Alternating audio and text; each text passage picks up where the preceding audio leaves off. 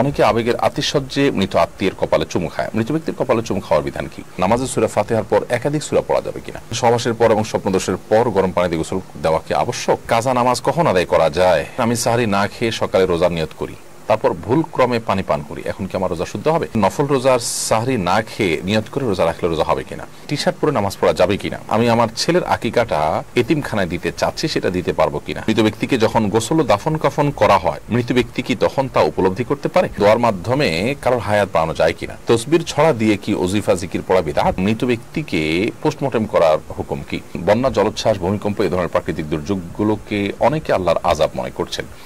একই সঙ্গে অনেকে এই ধরনের দুর্যোগে মৃত্যুবরণকারীরা শহীদের মর্যাদা পায় বলে মনে করেন। আযাবে পতিত হয়ে মৃত্যুবরণকারী আবার কিভাবে শহীদ হতে পারে? শাহরিয়ার নীরব আপনি লিখেছেন, নামাজে সূরা ফাতিহার পর একাধিক সূরা পড়া যাবে কিনা? নামাজে সূরা ফাতিহার পর একটি সূরা পড়লেন, একটি সূরাকে বারবার পড়লেন, কিংবা কয়েকটা সূরা আপনি পড়লেন, সেটা কিন্তু জায়েজ আছে, না জায়েজ কোনো বিষয় নয়। এমডি তাওহিদুল ইসলাম আপনি লিখেছেন, সহবাসের পর এবং স্বপ্নদোষের পর গরম পানি দিয়ে গোসল দেওয়া কি আবশ্যক? না, গরম পানি দিয়ে গোসল দেওয়া আবশ্যক হবে কেন? আপনি গরম পানির প্রয়োজন হলে গরম পানি ব্যবহার করবেন, শীতল পানির প্রয়োজন হলে শীতল পানি ব্যবহার করবেন, এটা একান্ত আপনার ব্যক্তিগত প্রয়োজনীয় বিষয়। এমডি সাইমন আপনি লিখেছেন, কাজা নামাজ কখন আদায় করা যায়? কাজা নামাজ যে কোনো সাধারণ সময়ে আদায় করা যাবে, যখন নামাজ পড়া নিষিদ্ধ। সূর্য ঠিক যখন উঠছে, সূর্য যখন ঠিক মধ্য আকাশে থাকছে মাথা বরাবর, সূর্য যখন ডুবছে, এই সময়গুলো ছাড়া যে কোনো সময় কাজা নামাজগুলো আপনি আদায় করতে পারবেন। ওমর ফারুক আপনি লিখেছেন, আমি সাহারি না খেয়ে সকালে রোজার নিয়ত করি, তারপর ভুল ক্রমে পানি পান করি, এখন কি আমার রোজা শুদ্ধ হবে? আপনি সাহারি না খেয়ে রোজা রাখলে রোজা হয়ে যাবে, এবং সকালে যদি আপনি নিয়ত করে থাকেন নফল রোজার, তাও আপনার রোজা সঠিক হয়ে যাবে, অসুবিধা নেই। কিন্তু পরবর্তীতে ভুল ক্রমে পানি পান করেছেন বা কিছু খেয়ে ফেলেছেন, তাতে কোনো অসুবিধা নেই, রোজা হয়ে যাবে। ভুল ক্রমে পানি পান করলে বা কিছু খেলে রোজা ভাঙে না। রুনা লায়লা এডি থেকে আপনি লিখেছেন, নফল রোজার সাহরি না খেয়ে নিয়ত করে রোজা রাখলে রোজা হবে কিনা?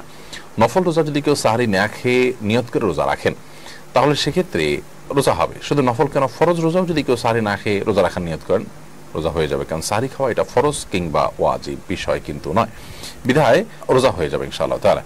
মাইশা তাবাসসুম মনির আপনি লিখেছেন, টি শার্ট পরে নামাজ পড়া যাবে কিনা যদি হিজাব লম্বা থাকে? আপনার নামাজের মধ্যে যতটুকু ঢাকার কথা, ততটুকু আপনি ঢেকে থাকেন, তাহলে ভেতরে আপনি কি পড়েছেন সেটি দেখার বিষয় না। আপনার পুরো শরীরের কোনো অংশ যেন প্রকাশ না পায়, মুখমণ্ডল, দুই হাতের কবজি ছাড়া আর কিছু যেন প্রকাশ না পায়, সেটি আপনি লক্ষ্য রাখবেন। এরপর ভেতরে আপনি কি পড়েছেন সেটি সম্পূর্ণই আপনার ব্যাপার। মোহাম্মদ আরিফ লিখেছেন, আমি আমার ছেলের আকিকাটা এতিমখানায় দিতে চাচ্ছি, সেটা দিতে পারবো কিনা, নাকি আত্মীয় স্বজন এবং সামাজিক লোককেই খাওয়াইতে হবে?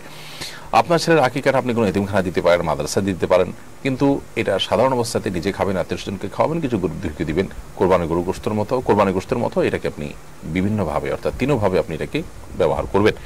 কিন্তু আপনি যদি কোনো এতিমখানা দিয়ে দেন, তারা আপনার বাচ্চার আকিকা দিয়ে গোশতটা এতিম বাচ্চাদেরকে খাওয়াই দেয়, সেটাও জায়েজ হবে, কিন্তু সেটাই করতে হবে বা সেটাই উত্তম হবে, ব্যাপারটা সেরকম নয়। এমনি মোস্তাফিজুর রহমান লিখেছেন, মৃত ব্যক্তিকে যখন গোসল ও দাফন কাফন করা হয়, মৃত ব্যক্তি কি তখন তা উপলব্ধি করতে পারে? দেখুন, বিভিন্ন হাদিস থেকে জানা যায়, মানুষ মৃত্যুর পর তার লাশ বহন করার ক্ষেত্রে, লাশ এক জায়গা থেকে আর জায়গায় স্থানান্তর করার ক্ষেত্রে, কবরে নেওয়ার ক্ষেত্রে যেন খুব ধীরে সুস্থে নেওয়া হয়। কারণ যদি তা লাশ নেওয়ার ক্ষেত্রে হুলস্থুল করা হয়, সেক্ষেত্রে মৃত ব্যক্তি কষ্ট অনুভব করেন, এরকম একটা বর্ণনা কিন্তু আছে। তো সেই বর্ণনার আলোকে বোঝা যায় যে অপ্রয়োজনীয় কষ্ট দেয়া, যেটি মৃত ব্যক্তির লাশকে যেমন কাটা ছেঁড়া ইত্যাদি করা হয়, এগুলো প্রয়োজন ছাড়া করা উচিত নয়। পিঙ্কি আক্তার লিখেছেন, দোয়ার মাধ্যমে কারোর হায়াত বাড়ানো যায় কিনা? দেখুন, বিভিন্ন আমলের মাধ্যমে হায়াত বৃদ্ধির কথা কিন্তু হাদিসে রয়েছে, বিধায় সেই সমস্ত হাদিসের আলোকে আপনি দোয়ার মাধ্যমে আপনার রিজিক বৃদ্ধি, হায়াত বৃদ্ধির চেষ্টা করতে পারেন। যেমন নবী করিম সাল্লাল্লাহু আলাইহি ওয়াসাল্লাম একটা হাদিস বুখারীতে বর্ণিত আছে, মান সাররাহু আন ইউবসাতালাহু ফি রিজকিহি আও ইউনসাআলাহু ফি আসারিহি ফালিয়াসিল রাহিমা। যদি কেউ চায় তার রিজিক বৃদ্ধি হোক, তার হায়াত বৃদ্ধি হোক, তাহলে সেজন্য তার আত্মীয়তার বন্ধনকে সংযুক্ত করার চেষ্টা করে। বিধায় একজন ঈমানদার তিনি তার জায়গা থেকে চেষ্টা করবেন আত্মীয়তার বন্ধনকে সংযুক্ত করবার, এর মাধ্যমে আল্লাহ সুবহানাহু ওয়া তাআলা জীবনে বারাকা দিবেন। এখানে রিজিক এবং হায়াত বৃদ্ধি বলতে কি বোঝায়? অনেকে বলেছেন হায়াত বৃদ্ধি বলতে হায়াত বরাদ্দ যা আছে তাই থাকবে, কিন্তু বারাকা বেশি হবে, ফিলটা বেশি হবে, এবং তার জীবনের সুফলগুলো তিনি বেশি পাবেন, প্রোডাক্টিভিটি অনেক বেশি হবে। আবার অনেকে বলেছেন যে না, তার মূল যে হায়াত, তার সাথে এডিশনাল হায়াত আল্লাহ তাআলা যোগ করবেন। অতএব এই সমস্ত আমল থেকে বোঝা যায় যে বিভিন্ন আমলের মাধ্যমে, সেটা তোর মাধ্যমে হতে পারে, আল্লাহ তাআলা মানুষের হায়াত বৃদ্ধি করে থাকেন। তাবাসসুম আলী থেকে আপনি লিখেছেন, তসবির ছড়া দিয়ে কি ওজিফা জিকির পড়া বিদআত? হাতের আঙ্গুলেই কি পড়তে হবে? অধিকবার পড়তে হলে আঙ্গুলে হিসাব রাখা কঠিন, সেক্ষেত্রে করণীয় কি বলবেন দয়া করে?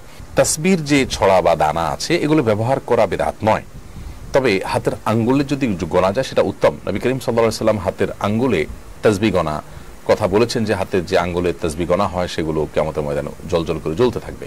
কিন্তু উম্মাহাতুল মুমিনিনদের কেউ কেউ বিভিন্ন বিচি, সাহাবীদের কেউ কেউ বিভিন্ন বিচি, খেজুর বিচি এগুলোকে তাসবিহ বা জিকির এটা গণনা করবার কাজে ব্যবহার করেছেন বলে হাদিস থেকে প্রমাণিত হয়। তাছাড়া এই তাসবিহ ব্যবহারটাকে মৌলিকভাবে এটাকে ইবাদত কেউ মনে করেন না, জাস্ট গণার সুবিধার্থে এটাকে ব্যবহার করা হয়, সেটা নাজায়েজ নয়। হ্যাঁ, হাতে করতে পারলে উত্তম হবে, সরাসরি হাদিসের উপর আমল হবে, কিন্তু সেগুলোর ব্যবহারটা নাজায়েজ নয়, সাহাবীদের আমল থেকে সেটি প্রমাণিত। অতএব এটিকে বেদাত যারা বলছেন আমরা তাদের সাথে বিনয়ের সাথে দ্বিমত পোষণ করি। মুস্তাফিজুর রহমান আপনি লিখেছেন, মৃত ব্যক্তিকে পোস্টমর্টেম করার হুকুম কি? ইসলাম শরীয়তের দৃষ্টিকোণ থেকে এটি জায়েজ কোনো কাজ নয়। একান্ত অনন্য উপায় হয়ে যদি করতে হয় কখনো বিশেষ কেসের ক্ষেত্রে সেটা ভিন্ন কথা হতে পারে, বাট সাধারণ অবস্থাতে দুর্ঘটনায় মৃত্যুবরণ করলো বা আত্মহত্যা করে মৃত্যুবরণ করলো এই জাতীয় বিষয়ে গড়পড়তা যে আপনার পোস্টমর্টেম করা হয় সেটি অবশ্যই নাজায়েজ কাজ। যেটি একটু আগে একটা প্রশ্ন উত্তর আমরা বলেছি যে মৃত ব্যক্তির শরীরে কাটাছেঁড়া করা বা তাকে বহন করার ক্ষেত্রে টানাহেঁচড়া করে তার কষ্টের কারণ হওয়া এটা জায়েজ নয়, এবং মৃত ব্যক্তি মৃত হওয়ার পরও তার কষ্ট অনুভবের কথা কিন্তু এই হাদিস থেকে বোঝা যায়, যেটি আমরা উল্লেখ করেছি। নবী সাল্লাল্লাহু আলাইহি ওয়াসাল্লাম মৃত ব্যক্তির বহন করার ক্ষেত্রে সতর্কতার সাথে বহন করতে বলেছেন এবং তার কষ্ট অনুভব হয় সে বিষয়টি কিন্তু হাদিস থেকে স্পষ্ট বোঝা গেছে। রফিকুল ইসলাম আপনি লিখেছেন, বন্যা, জলোচ্ছ্বাস, ভূমিকম্প এই ধরনের প্রাকৃতিক দুর্যোগগুলোকে অনেকে আল্লাহর আযাব মনে করছেন। একই সঙ্গে অনেকে এই ধরনের দুর্যোগে মৃত্যুবরণকারীরা শহীদের মর্যাদা পায় বলে মনে করেন। আযাবে পতিত হয়ে মৃত্যুবরণকারী আবার কিভাবে শহীদ হতে পারে? খুবই দরকারি একটি প্রশ্ন, এবং আপনি ঠিকই বলেছেন ভাই রফিকুল ইসলাম যে এটি সম্পূর্ণ কন্ট্রাডিক্টরি একটি বিষয়, যে আমি বন্যা, জলোচ্ছ্বাস, ঝড়, ভূমিকম্প এগুলোকে গণহারে আযাব বলবো, আবার সেগুলোর মৃত্যুবরণকারীদেরকে হাদিসের ভাষ্য অনুপাতে তারা শাহাদাতের মর্যাদা পান সেই হিসাবে শহীদ বলবো, এটি সাংঘর্ষিক। অর্থাৎ এই জাতীয় আপনার প্রাকৃতিক দুর্যোগগুলোকে গণহারে বা সাধারণভাবে আমি বলবো যে সেগুলো আযাব আল্লাহর, সেটি বলা মোটেই সমীচীন এবং উচিত নয়। বরং এগুলো আল্লাহর পক্ষ থেকে আযাব যেমন হতে পারে আমাদের পাপের কারণে, আবার এটি আমাদের জন্য আল্লাহর তরফ থেকে পরীক্ষাও হতে পারে, আবার এটি আমাদের মর্যাদা বৃদ্ধির কারণ হতে পারে, এটি সুন্নাতুল্লাহ ফিল আরদ হতে পারে।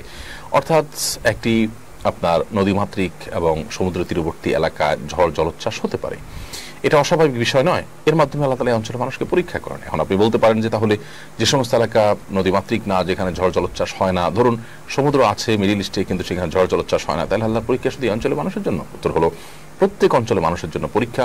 আল্লাহ সুবহানাহু ওয়া তাআলা কোরআন কারীমে স্পষ্ট জানিয়েছেন, ওয়ালা নাবলুওয়ান্নাকুম বিশাইইম মিনাল খাউফি ওয়াল জু'i ওয়া নাকসিম মিনাল আমওয়ালি ওয়াল আনফুসি ওয়াস সামারাত। বিভিন্নভাবে আল্লাহ সুবহানাহু ওয়া তাআলা পরীক্ষা নিয়ে থাকেন। এক এক অঞ্চলের মানুষের পরীক্ষা এক একভাবে হয়ে থাকে। মরুভূমির মানুষের পরীক্ষা একভাবে, এবং নদীমাতৃক এলাকার মানুষগুলো তাদের পরীক্ষা হয়তো অন্যভাবে, কিন্তু প্রত্যেককে আল্লাহ তার পরীক্ষার মুখোমুখি করেন বিধায় পরীক্ষা হতে পারে। আর পরীক্ষায় মৃত্যুবরণকারী ব্যক্তি শাহাদাতের মর্যাদা লাভ করতে পারেন, তিনি যদি সবর করেন, তিনি যদি ধৈর্য ধারণ করেন, আল্লাহ তাআলার কাছে শাহাদাতের মর্যাদা তিনি পেতে পারেন। বিশেষ করে এই সমস্ত দুর্যোগ যারা মৃত্যুবরণ করেন হাদিসের ভাষ্য অনুপাতে তারা শাহাদাতের মর্যাদা পাবেন বিধায় গণহারে এটাকে আল্লাহর আযাব বলা মোটেই সঠিক নয়। এমডি মুস্তাফিজুর রহমান আপনি লিখেছেন, অনেকে আবেগের আতিশয্যে মৃত আত্মীয়ের কপালে চুমু খায়, মৃত ব্যক্তির কপালে চুমু খাওয়ার বিধান কি? মৃত ব্যক্তির কপালে চুমু খাওয়া নাজায়েজ কিংবা হারাম কোনো বিষয় নয়। মহব্বত এবং ভালোবাসার কারণে এবং আবেগের আতিশয্যে মৃত ব্যক্তির কপালে চুমু খাওয়া জায়েজ আছে।